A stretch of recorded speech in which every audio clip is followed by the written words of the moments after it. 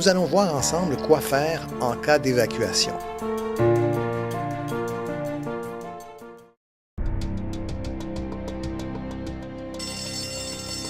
Au signal d'alarme, commencez à évacuer immédiatement.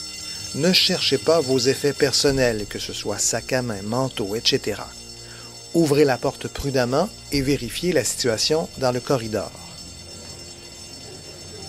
S'il n'y a pas de feu ou pas ou peu de fumée, sortez de votre chambre. Refermez la porte de votre chambre ou logement derrière vous, mais ne la barrez pas. Dirigez-vous vers la sortie la plus près. Vous ne pouvez pas utiliser l'ascenseur, c'est défendu. En évacuant, frappez à la porte des autres résidents et encouragez-les à évacuer.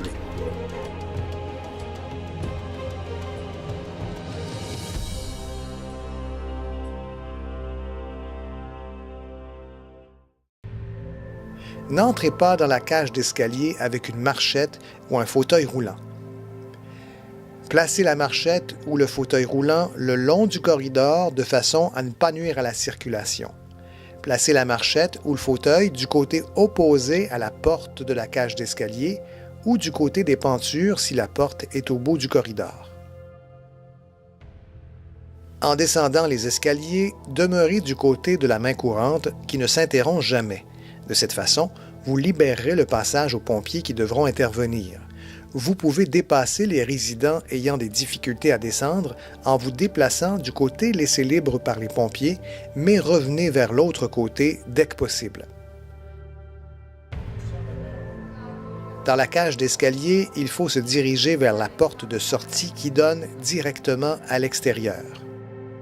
Ne jamais revenir à l'intérieur du bâtiment, même pour utiliser une autre porte de sortie.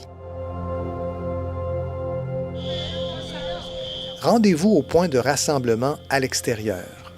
Allez donner votre nom à la personne responsable pour lui dire que vous êtes sorti.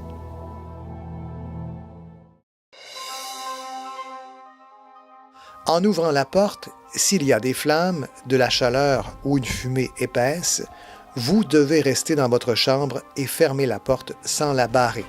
On pourra ainsi venir vous chercher plus facilement, car les pompiers auront besoin d'entrer pour venir vous chercher. Signalez votre présence. Prenez le téléphone et composez le 911. Utilisez le système d'appel de garde. Agitez un drap ou une serviette à la fenêtre. Utilisez tous les moyens pour attirer l'attention des gens à l'extérieur. Empêchez la fumée d'entrer en mettant des linges mouillés au bas de la porte, si c'est possible. N'ouvrez pas la fenêtre s'il n'y a pas encore de fumée dans la pièce. Vous devez vous accroupir près du sol, l'air y est plus frais. Protégez votre nez et votre bouche avec un linge mouillé. En dernier recours, sortez sur votre balcon et refermez la porte derrière vous afin de vous protéger de la fumée et des flammes.